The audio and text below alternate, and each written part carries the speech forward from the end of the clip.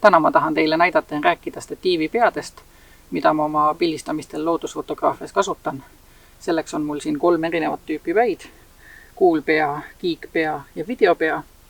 Ning järgnevalt ma näitan teile, mis on nende omapärad, mis mulle nende juures kõige rohkem meeldib, millal ja kuidas ma neid kasutan ning kui te tunnete, et see teema võiks teile huvi pakkuda, siis jääge minuga ja vaatame koos üle.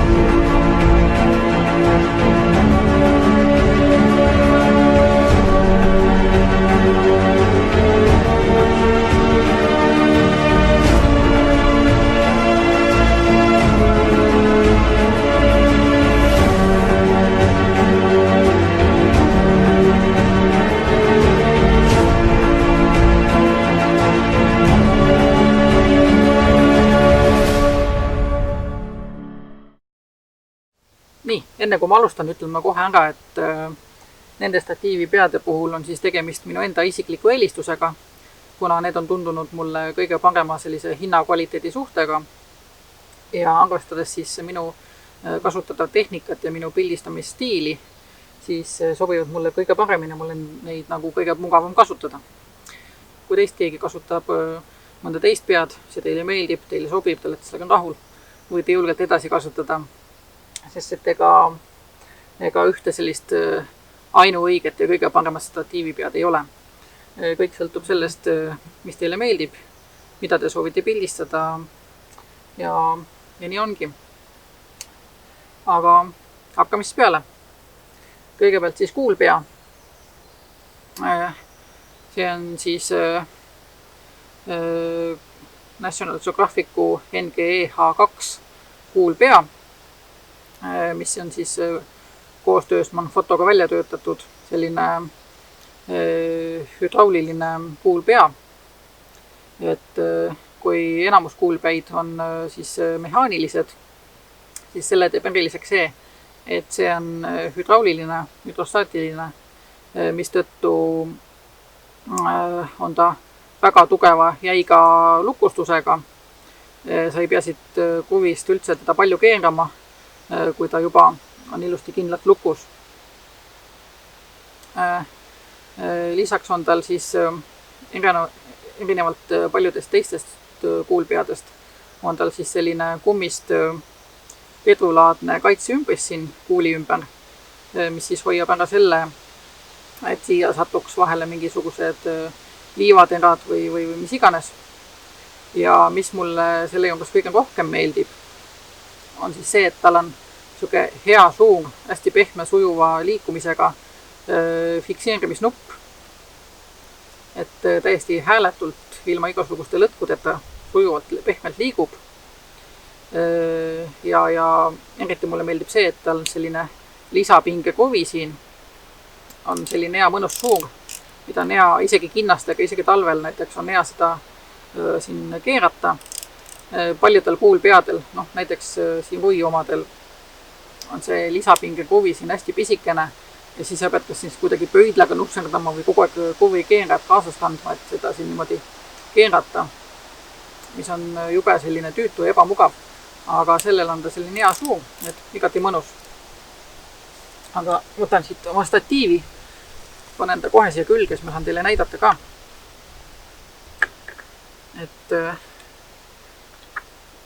Ja selle kuulpea puhul on see hea asi, et isegi suurte teleobjektiividega on teda jube mõnus kasutada. Panen oma kaamera siia 300 toruga kohe siia peale. Nii, lukustan ta siit ära. Ja väga hea kasutada. Mina kasutan seda pead üldiselt siis maastiku pildistamisel väiksemate objektiividega, aga teinekord tuleb ette, et kasutan ka siis selle suure teleobjektiiviga. Ja nagu ma ta siit ära fikseerin, siis ta on tõesti kindel kui kalju, et ei lähe siit mitte kuhugi poole. Hoiab ka sellist suurt raskemat objektiivi väga hästi paigal. ja selles mõttes ta on nagu kuulpea nagu hästi universaalne, et ta liigub igas suunas. Põhimõtteliselt sa saad kasutada teda igasuguseks pildistamiseks, kas siis teleobjektiividega linnu-looma pildistamiseks, maastiku pildistamiseks, makrotamiseks, milleks iganes. Ja võib-olla paljud ei tea või ei ole selle peale tulnud, aga kuulpeadel on üks hästi hea kaval omadus, et tegelikult kui te ei viitsi just suurt rasket kiikpead kaasas tassida alati pikematel metsaretkedel, siis kuulpead on võimalik kasutada ka kiikpeana. Kohe näitan, kuidas. Keerata siia niimoodi külje peale ja keerata siit nüüd ilusti lahti, siis näed, tegelikult saab seda väga hästi kasutada ka kiikpeana. Tõsi küll, väga raskete objektiividega, näiteks 500-sed ja 600-sed. Nendega on tõenäoliselt natukene keerulisem, et siis see võib-olla ei ole nii sujuv. Ja kindlasti ta päris kiikpead ei asenda. Aga teinekord, kui peaks olema vajadust ja ei viitsi seda suurt rasket kiikpead kaasas tassida, siis selline lahendus täitsa toimib ja saab kasutada.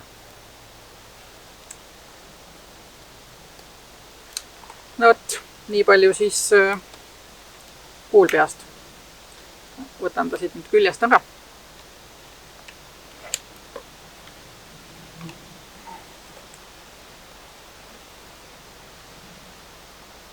Nii.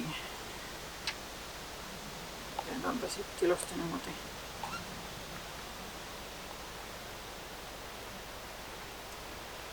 Nii et see oli siis kuulpea. Ta on muidugi hästi vana mudel. Seda enam ei toodeta. Aga mina ostsin ta kasutatuna ja kui näiteks keegi teist tahab kuulpead ja kui teil õnnestub seda järeltundult leida, kas siis kuskilt eBayst või kust iganes, siis täitsa julgen soovitada. Ta on küll üsna kallis, aga igati oma hinda väärtes. Ta on tõesti väga kvaliteetne ja vastupidav kuulpea. Olgu, liigume edasi. Nii, siis järgmisena ongi siin mul kiikpea. Ja see on Penro GH2 kiikpea. Enamus fotograafe tunnevad võib-olla Wimberli kiikpead. See on põhimõtteliselt selle Penroga täiesti identne, ainult et Wimberli maksab 2-3 korda rohkem kui see Penro oma. Mina olen seda kasutanud juba 4 aastat ja siiamaani täiesti töökongas ja mitte ühtegi probleemi ei ole temaga olnud. Nii et väga hea pea minu meelest. Panen ta siia külge.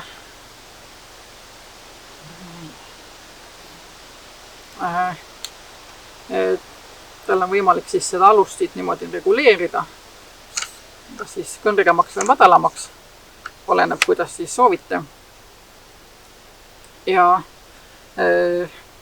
kiikpea on siis nüüd juba selline hästi spetsiifiline statiivipea, mis on siis mõeldud just eelkõige suurte raskete teleobjektiivide jaoks nagu 328, 428, 500 f4, 600 f4 sellistele objektiividele.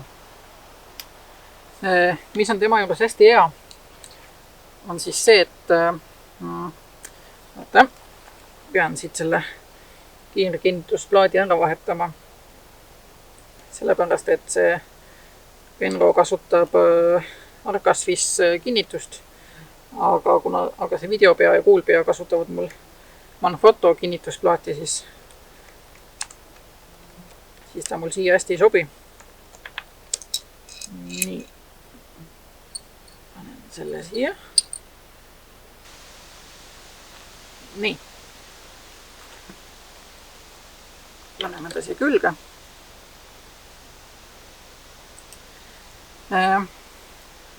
Mis on selle statiivipea juures hästi hea, on see, et kiikpeal kogu raskus koondub täpselt siia keskele, mistõttu on ta siis väga hea stabiilne, stabiliseerib objektiivi ilust ära ja muudab ka kõige raskemad teleobjektiivid kas või ühe sõrmega liigutatavaks hästi kergeks.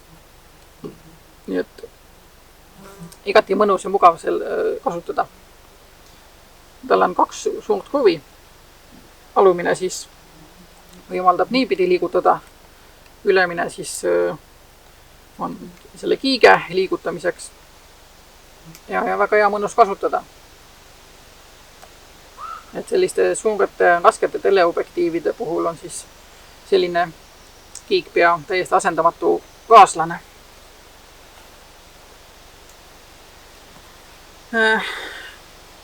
Mis siis veel? Ega enam-vähem ongi kõik.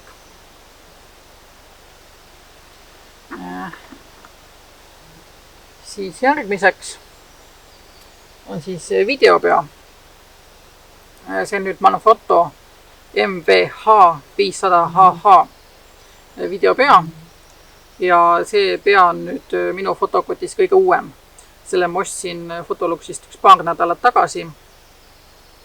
Ja põhjus, miks ma endale selle videopea ostsin, oli siis see, et kui ma eelmine aasta hakkasin rohkem videoga tegelema ja hakkasin selliseid videoblogisid tegema, siis sellised looduskaadreid suure teleobjektiiviga filmida oli siis selle kiigpea pealt natukene selline ebamugav. Ma tundsin, et need liigutused kõik ei ole nii sujuvad ja nii pehmed. Ja tundsin, et oleks vaja sellist videopead.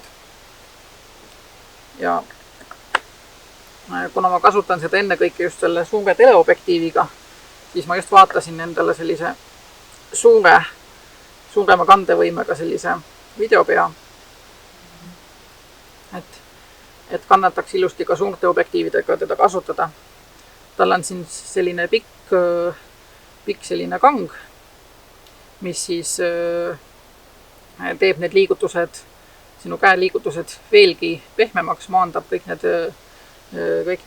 ära ilusaks, teeb ühtlaseks. Väga hea mõnus kasutada. Nii et jah. Tal on siin siis üks selline suur kruvi, mida hea lihtne keerata, mis siis paneb ta siit niimoodi ilusti liikuma. Ja siin taga on tal siis teine selline kruvi, mis siis võimaldab teda niimoodi horisontaalselt siin statiivi peal liigutada. Nii, ja kui ma nüüd pean nüüd uuesti ära vahetama selle plaadi. Ainuke asi, mis natukene tülikas ongi see, et kuna see Benro, see kiigpea on Arcasvis kinnitusega ja siis see videopea ja kuulpea, mõlemad on Manfrotto tüüpi, siis alati, kui ma tahan nendelt peadelt minna üle näiteks selle kiigpea peale, siis ma pean kogu aeg seda kiirkinnitusplaati vahetama. Aga samas ei midagi ületamatut, et lihtsalt 1-2 minutit paar kruvi lahti keerata ja uuesti kinni, nii et ei ole häda väga midagi. Nii. Nii et kui ma panen nüüd selle kaamera endal siia peale. Hästi hea lihtsa sellise kinnitusega. Siit niimoodi üks klõps ja on ta fikseeritud ja kinni. Ja hästi hea mõnus liigutada. Selle videopea puhul on nüüd ainult see oht, et kui sa ta liiga lahti keerad, siis erinevalt kiigpeast ta ei püsi niimoodi sul tasakaalus. Et siis ta hakkab kohe kas siis ette või siia taha niimoodi vajuma, et siis ise pead olema selline ettevaatlik. Aga samas seda annab jälle niimoodi regullida, et parasjagu nii tugevalt kinni keerata, et ta ise üles-alla ei liigu, aga sa samas, kui sa tahad, siis sa saad teda liigutada. Ja siis seda kangi saab siis panna siis nii paremale kui vasakule poole. Oleneb siis, oled sa siis vasaku või paremakäeline. Kusjuures mina üldiselt seda kangi isegi väga ei kasuta, sest et minu jaoks on teinekord natukene siuke tülikas või üleliigne, et tihtipeale ma võtan selle kangi siit üldse ära ja kasutan ainult siis seda pead, et tegelikult isegi niimoodi on teda väga hea sujuv liigutada ja filmimisel annab ta siis hoopis parema tulemuse kui siis kiikpeaga. No võt. Et ma arvan, et põhimõtteliselt see ongi kõik siis. Sellised mul statiivipead on. Minu meelest töötavad väga hästi. Julgen soovitada kõigile, kes tahavad. Ja ma arvan, et praegu sellega ma siit lõpetan. Panen siia alla videokirjeldusse lingid ka, kus siis saate neid tehnilisi omadusi ja seda neid päid siis täpselt vaadata. Ja lisan siia veel ka paar linki teiste peadega, sest et kuna seda National Geographicu puhul pead enam ei toodeta ja minu meelest äkki vist see Penro GH2 on ka vist juba tootmisest maast on üsna vana mudel, et siis ma lisan siia veel paar linki lisaks, mis siis oleksid siuksed minu meelest head alternatiivid nendele. Nii et jah, kui teil tekkis mingeid küsimusi, jätke siia alla kommentaar, ma vastan teile. Ja ma arvan, et mina hakkan siit praegu lõpetama. Kui video teile meeldis ja kui te soovite ka edaspidi kindlasti näha minu videosid, siis siin kuskil siin all, ma ei tea, kas siin või siin, ühesõnaga kuskil siin all paremas nurgas on selline punane kastikene, kus siis on kas siis telli või subscribe tekst. Vajutage seda, selle kõrval võite vajutada veel seda kellukese märki, siis tulevad teile alati teavitused, kui ma uue video postitan. Niimoodi, et näed alati kõike, mis ma teen. Aga olgu, pakin oma asjad ära. Olen jalutan natukene siin metsa all veel ringi. Vaatan, võib-olla näen mõnda oravat, siin on palju oravaid. Ja tänaseks kõik. Tšau!